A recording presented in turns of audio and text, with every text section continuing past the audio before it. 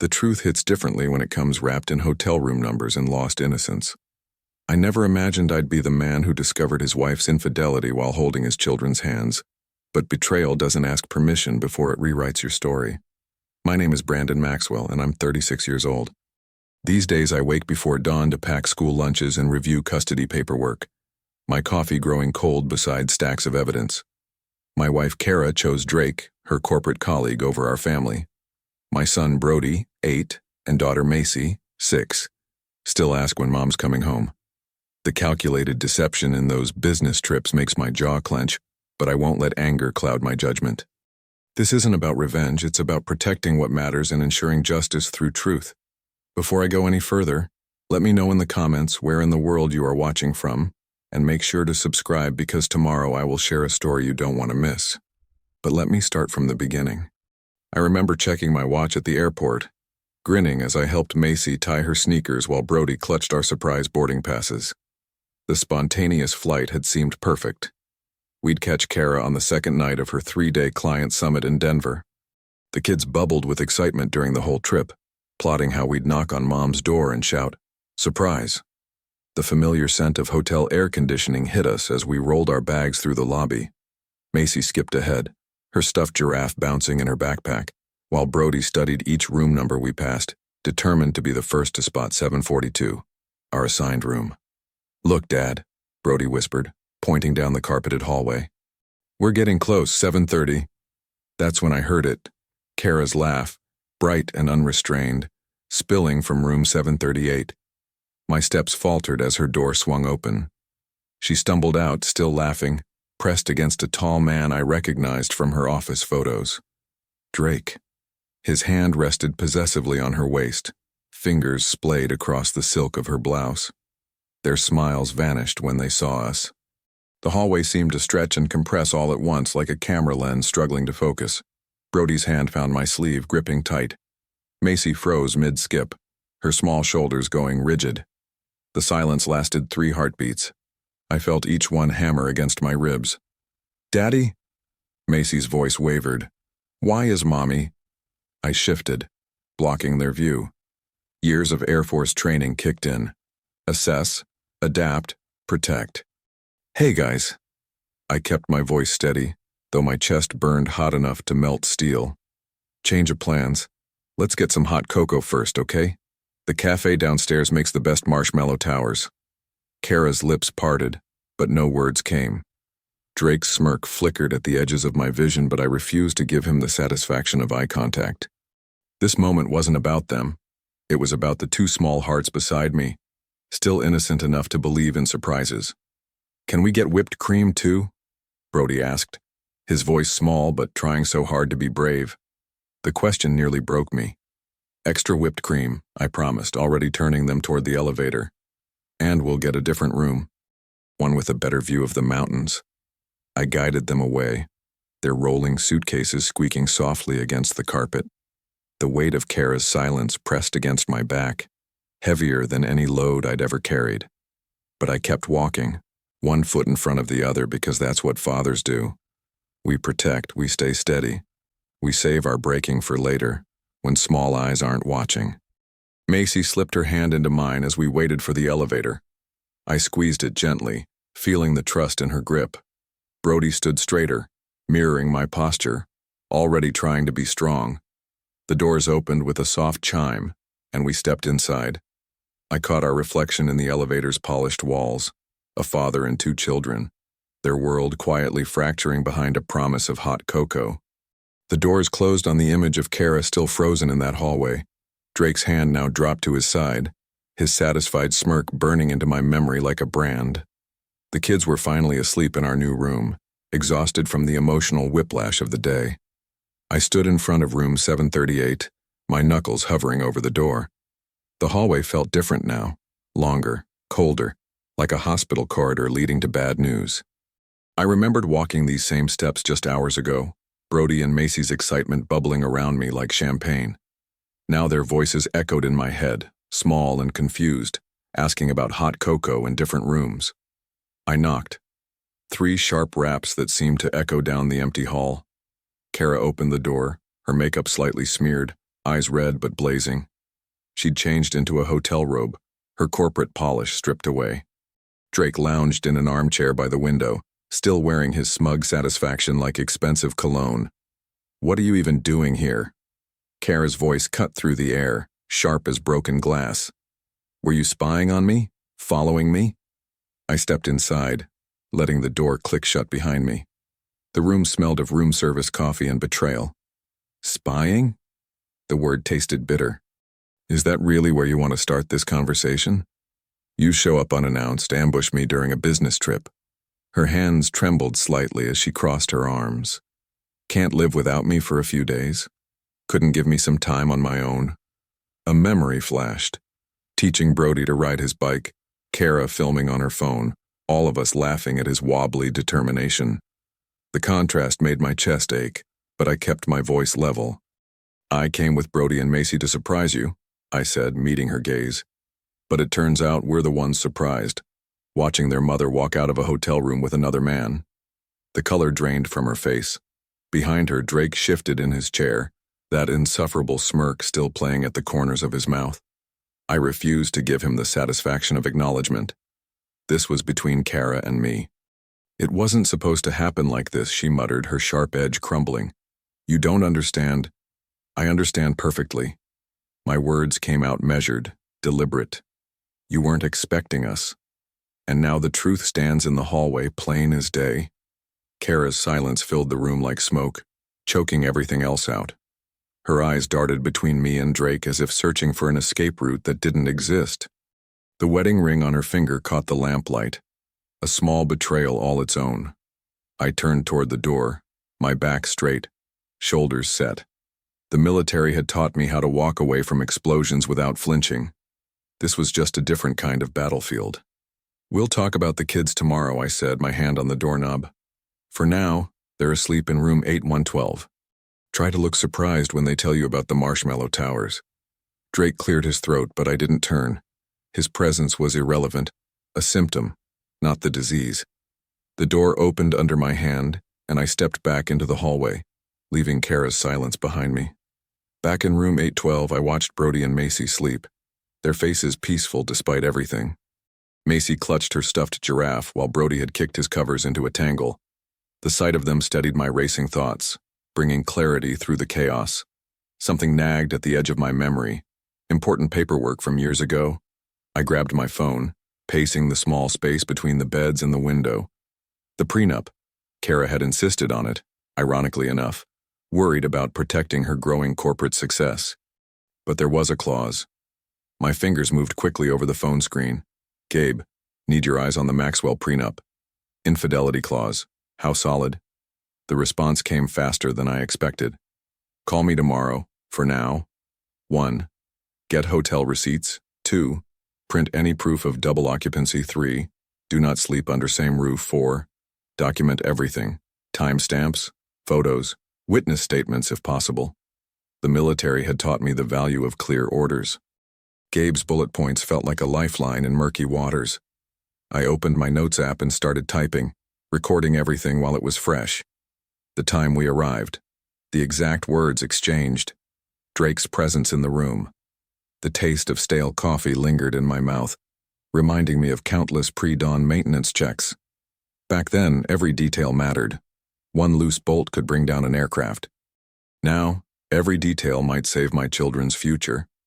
Morning came too quickly. I left the kids watching cartoons and headed to the front desk, where a young manager named Sarah listened with professional sympathy. 20 minutes later, she handed me a folder containing itemized charges and occupancy logs. Everything documented in stark black and white. 2 room keys, double breakfast orders, minibar charges for 2. The evidence felt heavy in my hands. "The zoo." Macy had begged over breakfast. "You promised." She was right. I had promised, back when this was supposed to be a happy surprise trip. So we went, because children shouldn't pay for adult betrayals. Brody's face lit up at the lion exhibit, while Macy pressed her nose against the glass at the penguin pool. For a moment, watching them, I could almost pretend everything was normal. The morning sun felt warm on my face, and I remembered teaching them our silly penguin walk last summer, all of us waddling and laughing. Mr. Maxwell? A man in a cheap suit stood too close, holding out a thick envelope. My stomach dropped before he even spoke the words, "You've been served." The zoo sounds faded to white noise as I opened the envelope. Emergency petition for custody. Kara's name at the top, followed by allegations of unstable behavior and concerning conduct. She was trying to take the kids. The betrayal twisted deeper, morphing from personal to legal in black and white. Brody tugged at my sleeve. "Dad, can we see the giraffes next?" I folded the papers away, forcing a smile. "Sure, buddy. Lead the way."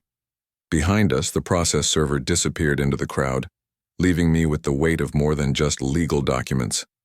Kara hadn't just betrayed our marriage. She was trying to take everything.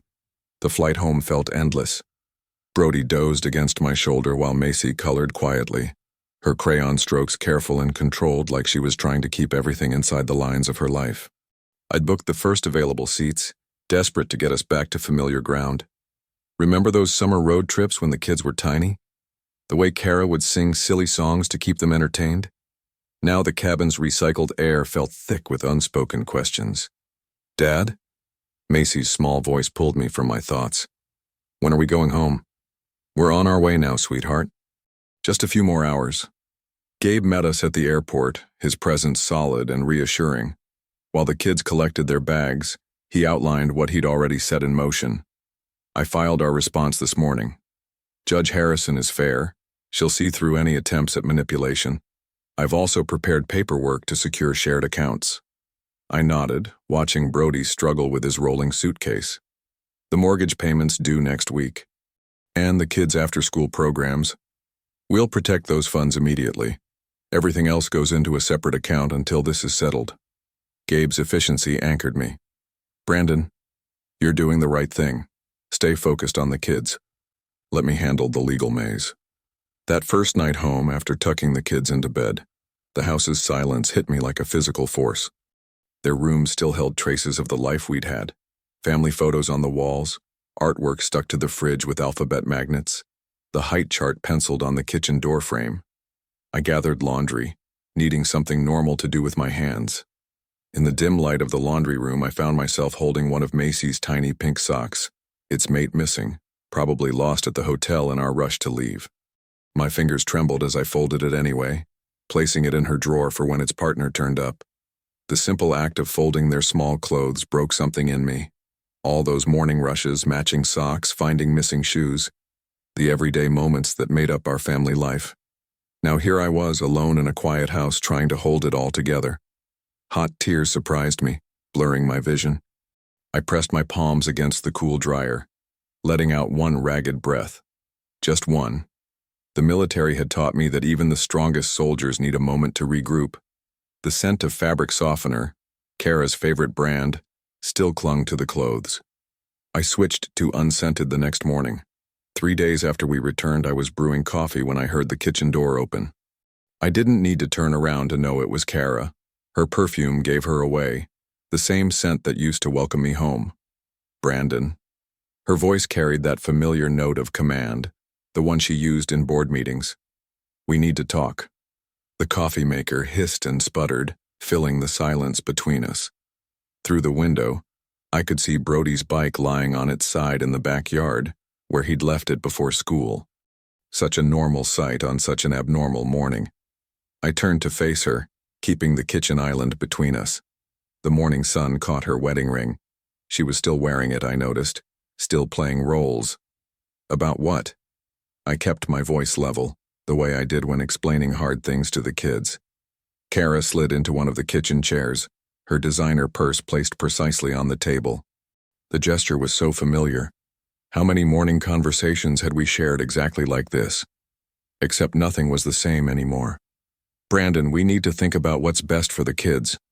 Her voice softened, practiced concern replacing the earlier authority. "This situation doesn't have to get messy. You're escalating things unnecessarily." I remembered how Brody used to perch on that same chair, feet swinging as he ate his breakfast. The memory steadied me. "I've been thinking about the children since the moment we saw you with Drake." My words came out measured, controlled. Every decision I've made has been to protect them. She leaned forward, spreading her hands on the table. Then let's handle this quietly. We can work something out. Split custody, shared assets. Her phone appeared, sliding across the wooden surface. Look, I've even deleted the texts. Clean slate. The morning light caught her wedding ring again as she pushed her hair back. A nervous tell I recognized from 12 years of marriage. You're right about one thing, I said. This is about evidence. From my briefcase, I withdrew a manila envelope. One by one, I laid out the hotel documents, room charges showing double occupancy, key card logs with timestamps, even a photo of Drake's overnight bag carelessly left by the door. Each piece landed with quiet finality between us. I won't be managed, Kara. My voice remained steady despite the familiar ache in my chest. And I absolutely won't let you weaponize our children. Her eyes darted from document to document, the careful mask of sincerity cracking. She hadn't expected this, hadn't thought I'd be so prepared. The corporate negotiator was used to controlling narratives, but paper doesn't lie. You don't understand what you're doing, she said, but the earlier confidence had drained from her voice. This could get ugly. No, you made it ugly the moment you filed for emergency custody after being caught in that hotel room. I gathered the documents, sliding them back into the envelope. I'm just making sure the truth has its day. Remember when your kids were little and they tried to deny breaking something despite holding the pieces? That's how Kara looked now, caught between reality and the story she'd tried to sell. She stood abruptly, designer bag clutched like a shield. My lawyer will contact yours. The kitchen door swung shut behind her with a decisive click. I stayed at the table, hands flat against the cool surface, anchoring myself in the moment. Through the window, I could see Brody's bike still lying in the yard waiting to be picked up. Such a simple thing, teaching him to always put it away. The small lessons we pass on, hoping they add up to something greater. The envelope sat heavy with truth between my hands. Mediation would come next, and these pages would speak louder than any carefully crafted excuses. My phone buzzed, a text from Gabe confirming our morning appointment. Time to let justice find its voice. The mediation room felt smaller than I expected. Just a long table, neutral walls, and 6 people whose lives were about to shift direction. Kara sat across from me, her corporate polish looking slightly frayed around the edges. Her attorney kept whispering in her ear, but her eyes stayed fixed on the manila envelope I'd placed on the table. Let's begin, the mediator said, her voice carrying the weight of someone who'd seen too many families fracture. Mr. Maxwell, your counsel has indicated you have documentation to present? Gabe nodded, his glasses catching the fluorescent light. We do. He opened the envelope with deliberate care, laying out the hotel records, timestamps, and photographs in a precise line.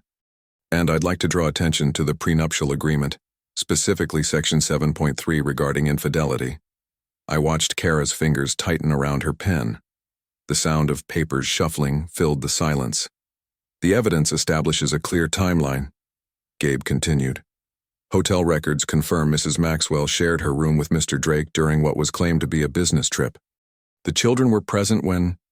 This is circumstantial, Kara's attorney interrupted, but even he seemed to know it was weak. The mediator held up her hand. Where is Mr. Drake today? He declined to participate, Kara's attorney admitted. My chest tightened at the memory of his smirk in that hotel hallway. Now he wouldn't even show his face. I thought of the morning routine I'd maintained for Brody and Macy, their favorite cereal still in the pantry, homework checked every evening, Saturday morning cartoons never missed. The familiar scent of chocolate chip pancakes still filled our kitchen on weekends. The children's stability is paramount, the mediator said, reviewing our submitted schedules and school records. Mr. Maxwell has maintained their routines, their school attendance, their activities. She paused, looking directly at Kara. Their lives appear most stable in their current arrangement. Remember when you were a kid and you'd build with blocks? One wrong move and everything would tumble. That's how precarious this moment felt. The mediator's recommendation came down firmly. Primary custody would remain with me. The prenup's infidelity clause stood strong, with the judge's preliminary review suggesting it could eliminate alimony entirely. I watched Kara's carefully constructed world crack just a little more. Walking out of the courthouse, victory felt hollow but necessary, like winning a race you never wanted to run. That evening, Brody sat at our kitchen counter pushing his mac and cheese around his plate. "Dad?" His voice was small. "Did you leave that night because I spilled my cocoa in the hotel?" The fork in my hand froze halfway to my mouth. All the legal victories, all the carefully gathered evidence, all the strategic planning, none of it prepared me for this question from my 8-year-old son. "No, buddy." I set my fork down, turning to face him fully. "That had nothing to do with it. Nothing that happened was because of you or your sister." But I could see it in his eyes. That terrible weight children carry when their world breaks apart. They always find a way to blame themselves. The morning of the final hearing dawned gray and cool.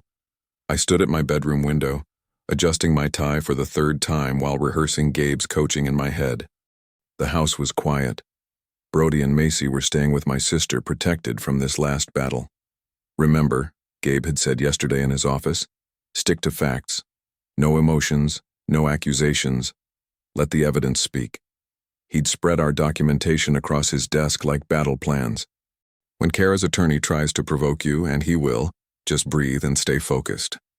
I thought back to basic training, how they taught us to maintain composure under pressure. Who knew those lessons would matter more in a courtroom than they ever did in the service? The courthouse steps felt steeper than usual. Gabe met me at the entrance, his briefcase heavy with our carefully organized exhibits. "You ready?" "As I'll ever be." My voice came out steadier than I felt. The courtroom doors opened at exactly 9 a.m. The familiar scent of wood polish and anxiety filled my nose as we took our places. I remembered sitting in this same room for traffic court years ago, how simple that seemed now. Kara arrived moments later with her attorney. Her usual confident stride faltered slightly as she passed our table. The designer suit couldn't hide the tension in her shoulders or the way she wouldn't meet my eyes. Drake's absence spoke volumes. He'd chosen to avoid facing consequences, just like that night at the hotel. "All rise," the bailiff called. Judge Harrison entered, her expression neutral as she reviewed the files before her. "We're here for final arguments in Maxwell versus Maxwell," she stated. "Let's proceed." Kara's attorney went first, trying to paint a picture of misunderstanding and overreaction. But his words felt hollow against the weight of evidence waiting in Gabe's briefcase. When our turn came, Gabe rose smoothly. "Your Honor, the facts in this case are unambiguous." He began methodically presenting our exhibits, hotel records showing double occupancy, credit card statements, timestamps from security cameras. Each piece clicked into place like tumblers in a lock. I kept my face neutral, though my heart pounded. Years of military discipline helped me sit straight, hands folded, as Gabe detailed the timeline of betrayal. Across the aisle, Kara shifted in her chair. "Mr. Maxwell," Judge Harrison said suddenly, "please take the stand." Walking to the witness box, I felt the weight of months of preparation. Every question Gabe asked, I answered with careful precision. No embellishment, no anger, just truth. "And when you arrived at the hotel room with your children?" I saw my wife exiting the room with Mr. Drake. His arm was around her waist. They were laughing until they saw us. Kara's attorney tried to twist the narrative during cross-examination. "Isn't it possible you misinterpreted what you saw? Perhaps this was simply a business meeting." "No," I replied calmly. "The hotel records show shared occupancy. The room service receipts show dinner for 2. The security footage shows them entering together at 8 p.m. and not leaving until the next morning when we arrived." I could feel Judge Harrison watching intently, her pen moving across her notepad. The air grew heavier with each piece of evidence, each testimony. Kara's leg bounced nervously under their table. Finally, after what felt like hours, Judge Harrison set down her pen. "I've heard enough testimony to make my ruling," she said, her voice carrying across the hushed courtroom. My pulse thundered in my ears as she cleared her throat to speak. Judge Harrison's words fell like stones into still water. "In the matter of Maxwell versus Maxwell, this court finds clear and convincing evidence of infidelity as defined by the prenuptial agreement. The petition for divorce is granted." My hands remained steady in my lap, though my chest tightened. Across the aisle, Kara's spine went rigid. "Furthermore," Judge Harrison continued, Given the evidence presented and the stability requirements for the minor children, this court awards full physical and legal custody to Brandon Maxwell, with reasonable visitation rights to Kara Maxwell, to be determined in accordance with the children's counselor's recommendations. I heard Kara's sharp intake of breath, but kept my eyes forward. The judge wasn't finished. Regarding asset division, this court upholds the prenuptial agreement's infidelity clause. The marital home, retirement accounts, and joint financial holdings will remain with Brandon Maxwell. The petition for alimony is denied. The gavel struck once, sharp and final. Beside me, Gabe squeezed my shoulder.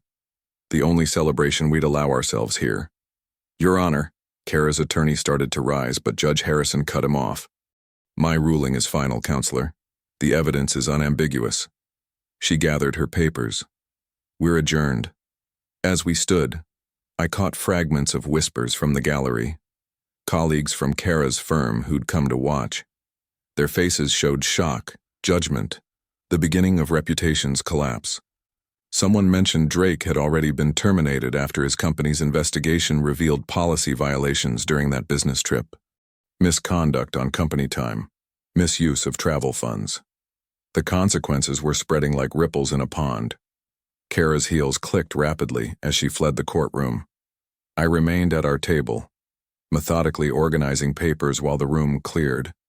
My hands wanted to shake now that it was done, but I wouldn't let them. You did good, Gabe said quietly. Clean victory. The prenup held exactly as designed. I nodded, tucking the final decree into my briefcase. The kids? Safe at home with your sister, probably demolishing those cookies she promised to bake. He smiled slightly. Ready to be done with this? Been ready since that night at the hotel. I stood, straightening my tie. Just needed to do it right. We walked out together, our footsteps echoing in the marble hallway. Through the courthouse windows, I could see afternoon sunlight breaking through clouds. It felt fitting somehow. The weight of the past months pressed against my shoulders as we descended the steps. Not just the legal battle, but all of it. The midnight doubts, the careful gathering of evidence, the constant shield I'd maintained for Brody and Macy. Justice had come, not with fanfare, but with the quiet authority of truth. My phone buzzed, a text from my sister with a photo of chocolate-smeared grins. Brody and Macy safe and happy, waiting for me to come home. They didn't need to know about courtroom victories or prenup clauses. They just needed their father to return, steady as always, ready to build whatever came next. I tucked the final decree into my briefcase, nodding goodbye to Gabe. The path ahead was clear now. Not easier, maybe, but clear. Sometimes justice whispers, sometimes it just quietly opens the door to tomorrow. Back home, I sat at my desk with the airline boarding pass in my hands. Such a small thing, just paper and ink, really, but holding it transported me right back to that night, rolling our suitcases down that hotel hallway thinking we were bringing Kara a happy surprise. Amazing how life's biggest turns can pivot on the smallest moments. I smoothed the creased ticket, remembering how Brody had clutched it proudly at the airport, insisting on being our travel manager. The memory brought a sad smile, his innocence then, before everything changed. But we'd survived. More than survived. We'd found our way through. The craft store frame was simple, clean-lined black. I centered the boarding pass carefully, making sure the date showed clearly. March 15th. The day Truth walked out of a hotel room and changed our world forever. Some might say framing such a painful reminder was strange, but to me it felt right. This wasn't about dwelling in hurt. It was about marking where we started rebuilding. Dad? Macy's voice drifted from the living room. Can we do the airplane now? Coming, sweetheart. I hung the framed ticket on my office wall, then grabbed the fresh stack of bright paper I'd bought earlier. The kids sat cross-legged on the carpet, faces eager. Brody had already started folding a sheet, his tongue poking out in concentration. Some evenings still held echoes of tension, but tonight felt different. Lighter somehow. Okay, remember how I taught you? I settled beside them, selecting a crisp white sheet. First, we folded exactly in half. Like this. Macy held up her slightly crumpled attempt. Perfect. I guided her hands through the next fold. Now watch. See how this part becomes the wing? We worked together, my larger hands steadying their smaller ones through each careful crease. The familiar childhood ritual of paper airplane making filled our living room with something that felt a lot like peace. Brody's ended up slightly lopsided, Macy's had extra folds she insisted were special features, and mine emerged sharp and clean-lined. "They're beautiful," I said, gathering all three. "Should we test them?"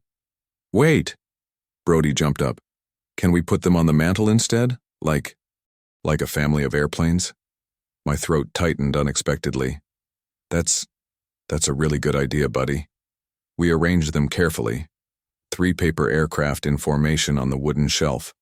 The lamp's warm glow caught their edges, casting small shadows that looked almost like they were already in flight. Macy added her stuffed penguin as an audience member. Standing back, we admired our handiwork. Such a simple thing, these folded papers. But watching my children beam at their creation, I felt the last weight lift from my shoulders. This was what victory really looked like, not just courtroom battles won, but new memories being built, piece by piece. When bedtime came, they went upstairs chattering about what colors we should use for tomorrow's planes. I lingered in the living room, watching how the lamplight played across our paper squadron. The house felt different now, cleaner somehow, like storm clouds finally clearing. "Justice is quiet," I whispered to the peaceful room. "But it changes everything." I believe stories such as this find us for a reason. If this one touches you, please subscribe. I share a new one every day. In the meantime, there are 2 stories on the screen that are even better.